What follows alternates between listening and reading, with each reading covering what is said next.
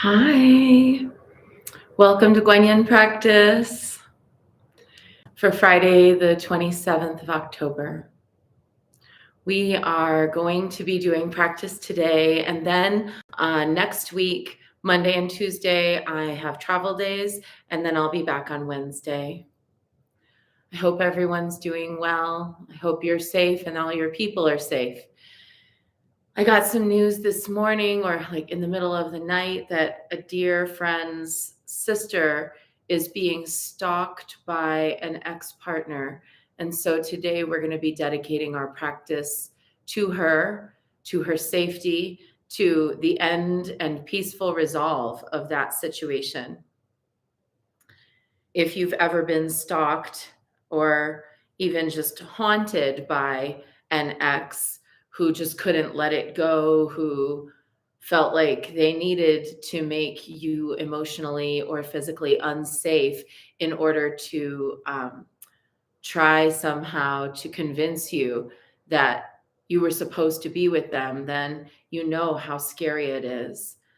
I have been through that. I've had an ex who came into my home while they were moving out and smashed two of my altars in a kind of vindictive retribution for our breakup. I've also been in the situation where I had an ex stalk me online for several years, even though that wasn't in physical proximity.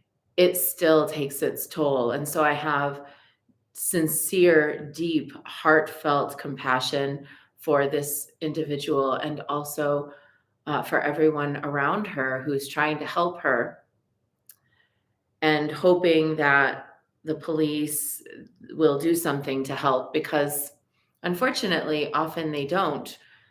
They'll tell you they can't do anything until the person has actually broken into your home or tried to run you down with their car or physically harmed you or um, done something else that's technically illegal. And as we know from many news stories, by then it's often too late.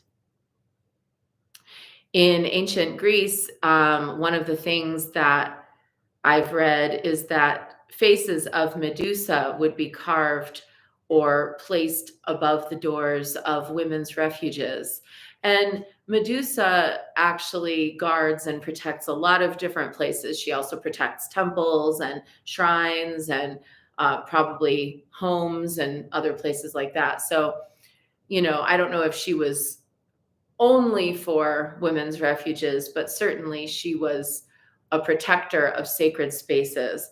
And so maybe it's a good idea for us to think about, for any woman who is experiencing being stalked or being hunted by an ex, that face of Medusa there, stopping him in his tracks.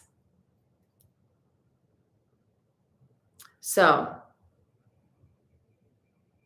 I'm also brought to mind of the story and role of Hecate in the Eleusinian Mysteries, where after Persephone has been kidnapped and Demeter is wandering the earth in complete grief and sorrow, looking for her daughter, Hecate is the one who comes and says, "I know where she is. I'll take you to her." She's the friend to those who are struggling with this kind of thing.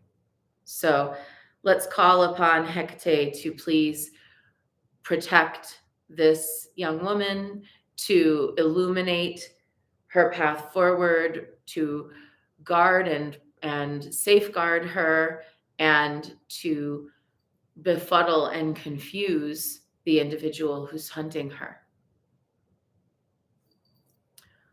Morphos, Phosphoros, Elethua, wild wanderer at the crossroads, bright hostess at the thresholds, bearer of twin flames, radiant bride of night, mother of darkness, guard, guide, and lead me today. I am a deer in thy wandering herd. I am a key to thy mysteries. I am a torch in thy hand. I am a footfall along thy silent path. I am a star in thy vast heavens. I am a wave in thy fathomless seas. I am a knife that cuts cleanly. I am a soul in thy holy retinue. I am a fiber in the rope of eternity. I consecrate myself to thee this day and every day, that I may travel safely within the folds of thy saffron cloak, dive with thy aid into deep mystic waters, and dance with thee amongst the shades of my benevolent ancestors. Therefore, grant me courage and constancy, guard me and guide me, and bestow upon me thy faultless and flawless perception.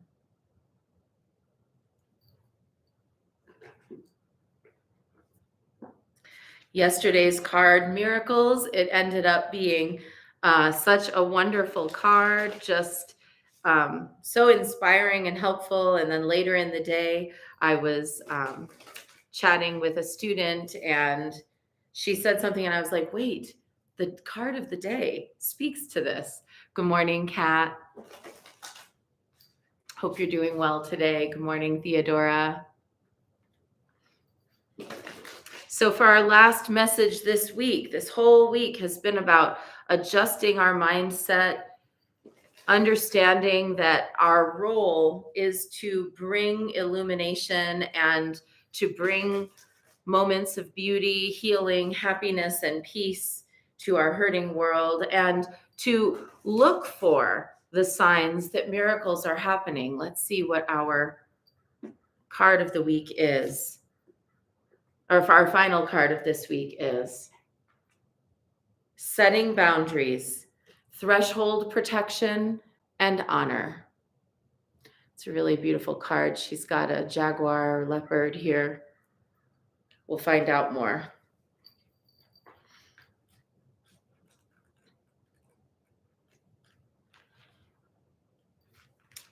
The priestess of the threshold holds up her hands with palms outward, projecting a field of protective light before her. The strong and stately snow leopard, who lives a solitary life in the highest reaches of the mountains, looks over her shoulder, standing guard. This card brings you a message of both caution and encouragement. It's time to take an honest look at the boundaries you set. How do you view your importance in your own life? Are you sacrificing your priorities and self-care to prioritize the needs and wishes of others? Are you putting up with demands, dismissal, marginalization, even disrespect from the people in your life? If so, it's time to put up your hands and say, enough. You may have been allowing others to cross your personal threshold and invade your time, energy, or space, but this card is telling you that you now have the power to shift that pattern. Start to set clear limits today and make yourself a priority in your own life. Your soul deserves to be honored, and you must be the first person to make that choice. When you do, you will finally receive the respect and prioritization that you've been longing for. And our affirmation today, I choose to make myself my own priority. I have the power to set boundaries and honor myself always. Hi, Leslie. Hi, Shelby. Yeah, this card is so spot on. I don't even know what to say. In my life, I've been through a lot of bullying, actually, ever since I was a child. I really, with my Mars in Cancer, really hate conflict, really don't like to get in any kind of difficulty with anyone. And so I tend to deprioritize myself. And also, it's not only that. It's not only that I have like a fawn response and a trauma response from a lifetime of bullying. It's also that I've noticed in myself that my survival mechanism for when I was young and being bullied was if somebody was cruel to me, I would somehow find a way to make it okay for them. So I would sort of like make an excuse for them, or I would take what they were saying as if it was a joke. Like I would laugh at my own expense, or I would, do things that were designed to internally remove the sting from what was happening externally so that I could survive. And I would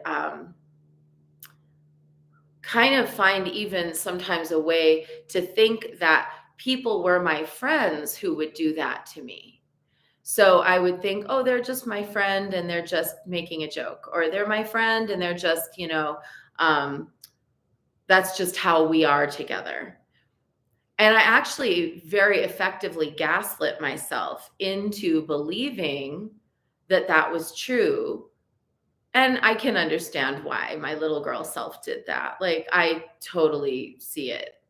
My little girl self was like just trying to, make it through it all.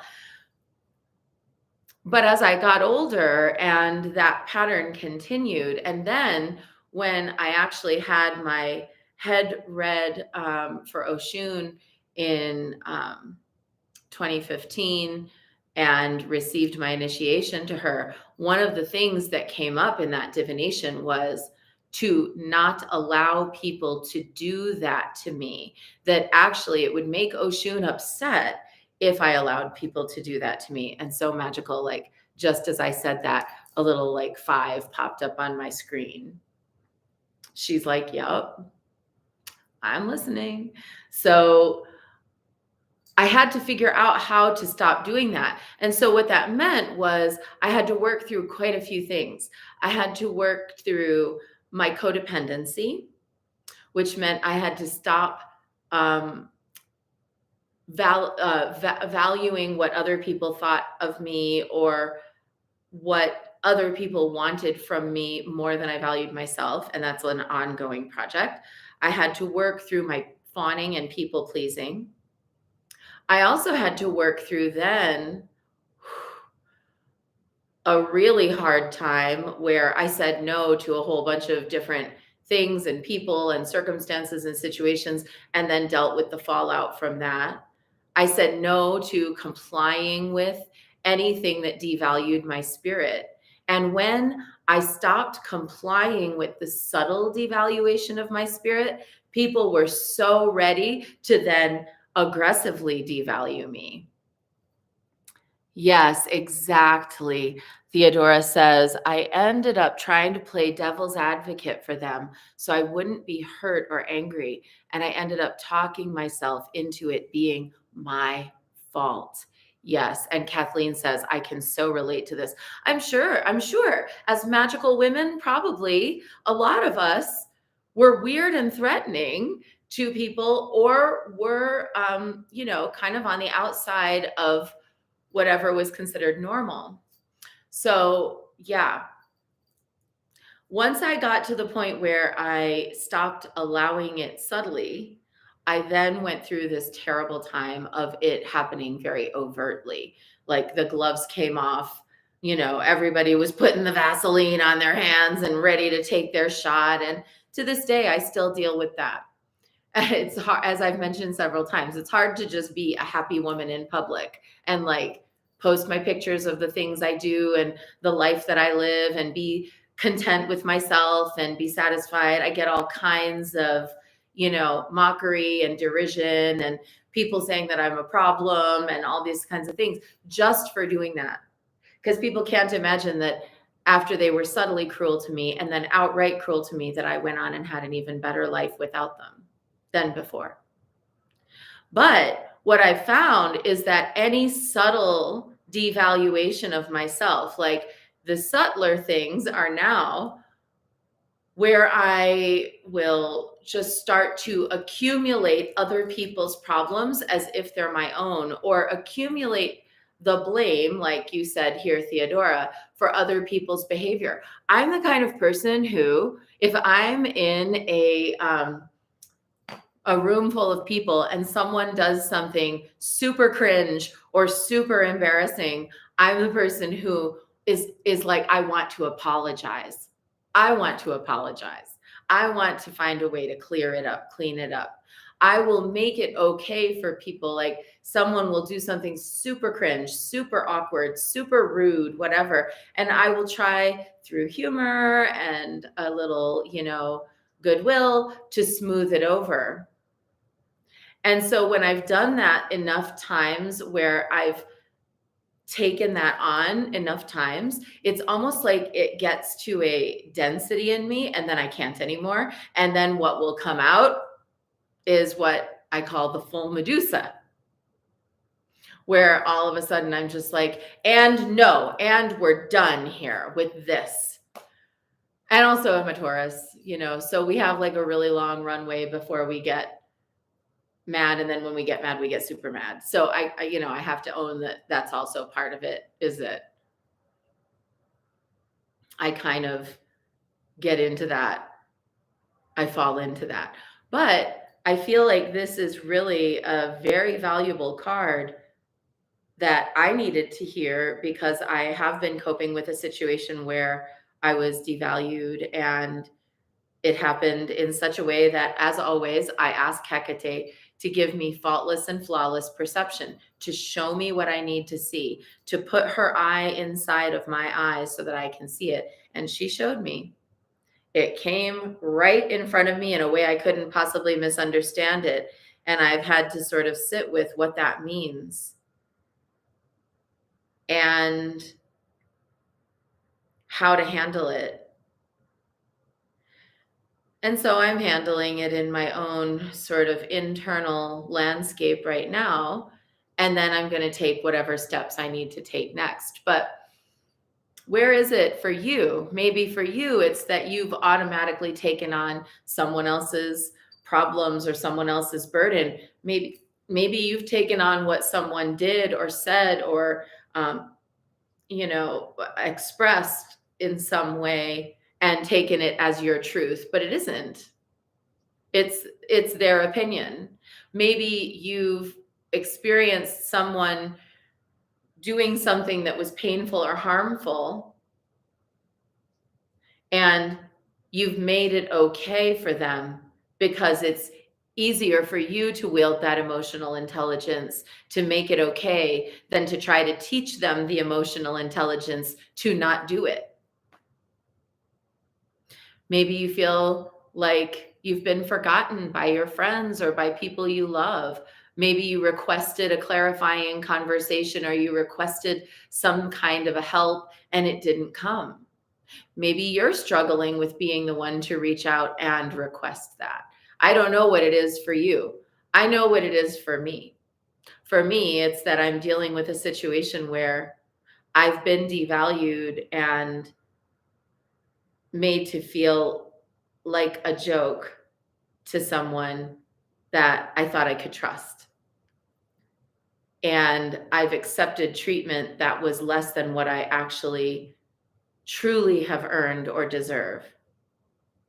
And so I know that at some point, a clarifying conversation needs to happen. And I have to figure out how that's going to happen. And I need to allow my emotional wave to go one whole revolution all the way around before I dip my toe into that. So think about your version over the weekend and the next couple days leading up to this new moon, this full moon, this Samhain, the eclipse, all the things that are happening. And let's emerge from the season of the ancestors with their good counsel. What would your ancestors say about this? Your benevolent ancestors, what would they say to you about being devalued by people that you've trusted, or by allowing yourself to be layered upon with somebody else's assessment that isn't your own? What would your goddesses and guides say to you about that? I know I need to go sit with Oshun and be like, what do I do about this? Because she is the one in my life who knows. And then, last but not least, how can you, over the course of this season of the dead, allow that tendency to tolerate less than what you're worth to sink into the ground and be composted so that when we go through the winter, it's transforming. And in the spring, something wonderful blossoms. So that's our our long bit for today. It's not a short bit, it's our long bit for today, if that's what you were here for. And now let's dive into Guanyin practice. We're going to start with 3 prostrations before this amazing image. Oh my gosh, I've never wanted a screen in my house. I haven't had a screen in my house. I can count on one hand the number of years since I was 18 years old where I had a screen in my house, and it was like for 4 years out of that whole time. And I've never wanted one as much as I do now that I've discovered that you can have like images of Guanyin on your screen all day long. It's so great.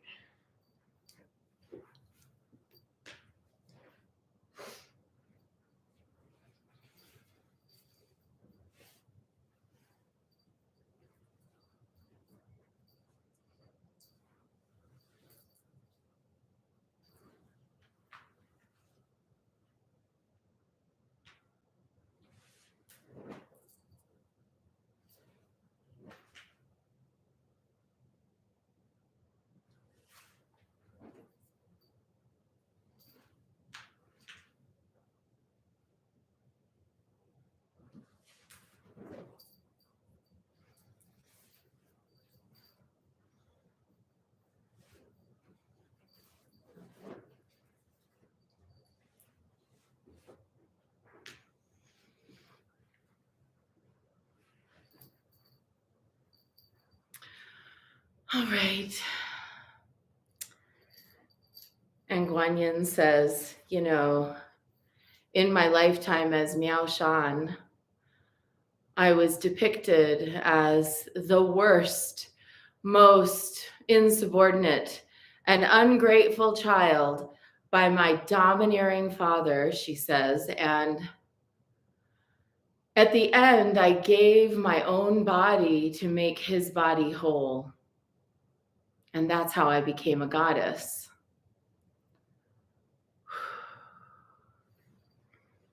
Geshe Tsogyal says, for those who need anything in the world, I am that thing, and thus their joy.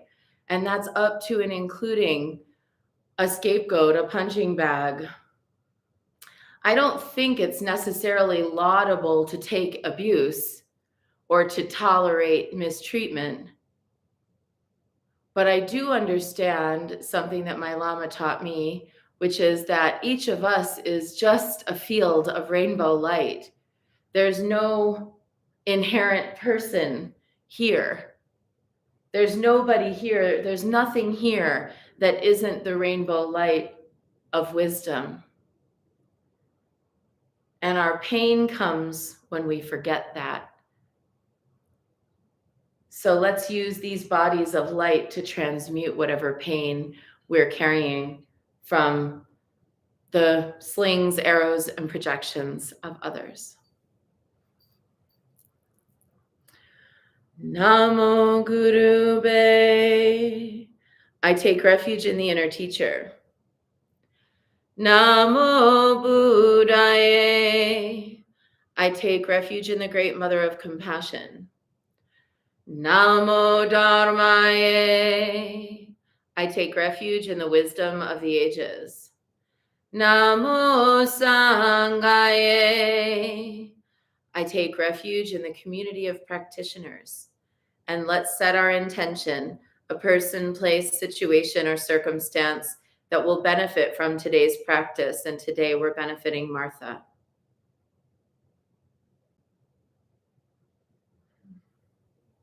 May she have strong boundaries all around her from all her ancestors, guardians, and guides to protect her from this stalking situation.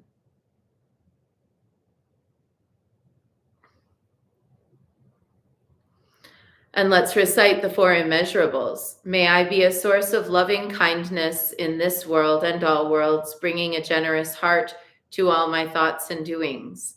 May I be a vehicle of compassion in this world and all worlds, ever mindful and aware of the tremendous suffering of others. May I be a brimming vessel of joy in this world and all worlds, delighting in the happiness of others as their suffering is alleviated. May I be a balance point of equanimity in this world and all worlds, seeing all as equals and all as deserving of goodness.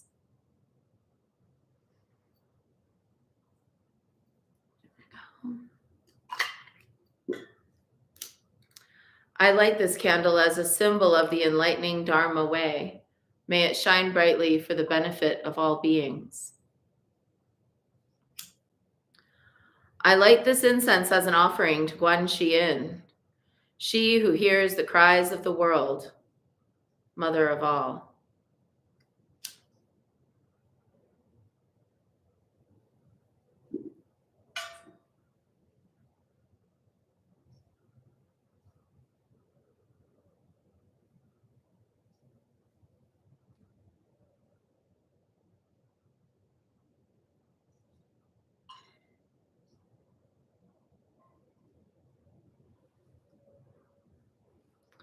Reverently, I prostrate with my body, speech, and mind, and present clouds of every type of offering, actual and virtual. I confess all my destructive actions accumulated since beginningless time and rejoice in the meditation of all holy and ordinary beings. Please, Guan Yin, remain until the end of samsaric existence and turn the wheel of Dharma for sentient beings. I dedicate my own merits and those of others to the great enlightenment. 108 recitations of Namo Guanxi Yin Pusa, calling her to come into the places in ourselves where we've lodged that kind of pain, where we've lodged acceptance of behavior that isn't to our highest good, where we've lodged tolerance of abuse, or where we've allowed our boundaries to be compromised, and to gently reveal those places to us so that we can begin to transform them into receptacles of hurt and instead bloom forth flowers of compassion that will prevent that from happening or prevent it from lodging within us.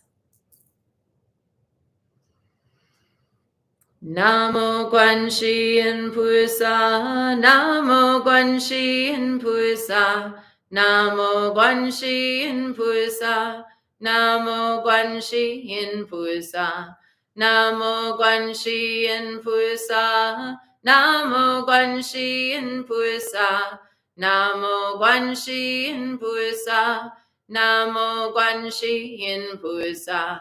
Namo Guanxi Yin Pusa, Namo Guanxi Yin Pusa, Namo Guanxi Yin Pusa, Namo Guanxi Yin Pusa, Namo Guanxi Yin Pusa, Namo Guanxi Yin Pusa, Namo Guanxi Yin Pusa, Namo Guanxi Yin Pusa.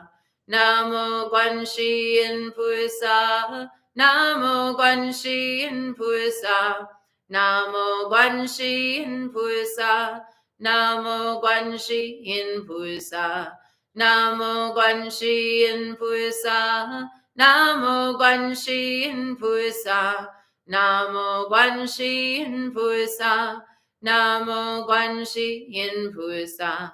Namo Guanxi Yin Pusa, Namo Guanxi Yin Pusa, Namo Guanxi Yin Pusa, Namo Guanxi Yin Pusa, Namo Guanxi Yin Pusa, Namo Guanxi Yin Pusa, Namo Guanxi Yin Pusa, Namo Guanxi Yin Pusa. Namo Guanxi Yin Pusa, Namo Guanxi Yin Pusa, Namo Guanxi Yin Pusa, Namo Guanxi Yin Pusa, Namo Guanxi Yin Pusa,